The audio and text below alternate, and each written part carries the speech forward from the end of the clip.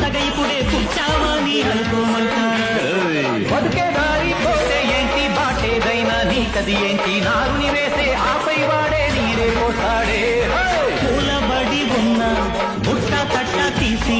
భోగి మంటల్లోన నీవే వెయ్యరా